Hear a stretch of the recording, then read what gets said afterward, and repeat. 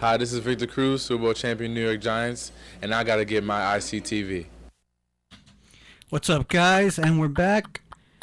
So we're gonna go quick predictions for next week's championship games. Barca versus Bayer Leverkusen.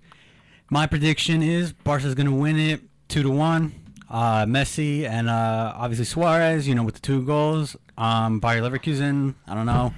Who knows if they'll make a goal, but that's just my prediction. Walsh, what do you think of that prediction of that game? It's weird because Barcelona tied in their first win, 1-1 against Roma, and Leverkusen, although they played no one good, they won 4-1. The thing is, though, it's Barcelona, and I think Barcelona has to win, and I think they need to, in all honesty, I think they need to play, their style. I think they need to dominate here. Yeah. So I'm going to give them the benefit of the doubt. I'm going to say that they do. I'm going to say they actually win 4-0. Okay. I'm going to give them the benefit of the doubt. I'm going to say that Barcelona turns it up. Because if they don't, in all honesty, they're not going to do good. they're going to be getting themselves off to a bad start. They're defending champions of Champions League and everything. I think that they need to kind of make a statement that they're, that they're still the favorites. Right. Well, you heard it here, guys. 2-1, my prediction. Walsh, Ford, and Mill, which is an insane number, but hey, anything could happen in the Champions League, to be honest with you. Next game, we have Manchester United versus Wolfsburg. My prediction is it's going to be a close game. It's going to be a good game, but sorry to Manchester, but they've been slacking pretty hard. They need to step up their game big time. So I'm going to give it Wolfsburg. I'm going to give it 1-0. Did you see what Lewandowski did yesterday, or no? No, I did not. So Bayern played Wolfsburg, okay? 1-0 at half to Wolfsburg. Lewandowski comes on as a sub, and in 9 minutes put in 5 goals. Interesting. So with that, but let me remind you that they're playing Manchester, not Bayern Munich. They give up 5 goals in 9 minutes. I don't care if you're playing Messi and Ronaldo, all 11 of them. That's 5 goals in 9 minutes. Normally, you have to, by taking the ball out of the net, that should not even be mathematically possible. And also, United has looked very sharp within their league play. De Gea back in net. I see a 2-0 victory for United. 2-0 victory. Well, who knows? Like I said, anything could happen in the Champions League. You might be right. Who knows? Actually, Manchester have been do look pretty good, but in my eyes, I feel like they're just not the old Manchester United that they used to be. But that being said, they don't have the players that they used to have, which is that's the reason why. But who knows? I mean, we'll see. It's going to be a good game. Who knows? Maybe Wolfsburg might pick up their game. Maybe Manchester might pick up their game. Maybe they both might slack and it'll be a 0-0 draw. Who knows? But, it's going to be a good matchup no matter what.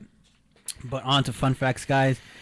Let's see. Let's start with first fun fact. Pep Guardiola actually is a former Barcelona player, and he played on the defensive midfielder side back in his youth league. He also joined the academy when he was a younger man himself, which is just crazy. I don't know too many people know that. They probably just know him from being the coach, manager for Barcelona and now Bayern Munich. So there's that. And another fun fact, guys, Luis Enrique, who is now the current manager at Barcelona, also used to play for Barcelona. But last year, for those who watched the Champions League, Barcelona and Bayern Munich played against each other. And Pep Guardiola was the manager last year, and so was Luis Enrique, so that had to be quite a matchup. I wonder how, if they kind of from knowing one another, through their play as players in how do I phrase this? From actually playing the game, if they're able to take that away. So if Pep is trying to study what Enrique's game plan might be, if he ever thinks about how Enrique played as a player. I wonder if that's ever something that a manager looks into when coming up with his game plan. But that's pretty cool. That's an interesting fact. Yeah, and also, I mean, if you saw the game or if you didn't, Barcelona actually beat Bayern last year. And, it's just insane because both teams have top-class players all around, no doubt about that. But Barcelona actually had, a little more step in their game, a little more pep in their game, Looks like they wanted it more than Bayern, which is, any team that that plays in the Champions League, you gotta want it. You gotta want it no matter how bad, no matter who you're facing, or whatever. You gotta want it. You gotta be 110% of your game. And Barcelona was they're both on 110% game, but Barcelona was just there. They just brought the game. I mean, the three-headed attack is absurd. It is, and but before the Diego Costa and Arturo Vidal, Bayern had Ribery and Robin and all that good. I'm referring to, but the Suarez, Messi, Neymar trio up top for Barcelona. I mean, oh no, yeah, for sure. That's so good. That is, yeah. I mean, that is really good. I mean, if you've never seen Neymar, Messi, or Suarez on the pitch together, you gotta watch a game of Barcelona. So it's just fantastic on what all three players can do on the pitch together. It's magic, pretty much. It's pretty much what it is. It's magic when when all three of them are on the field. Mm-hmm.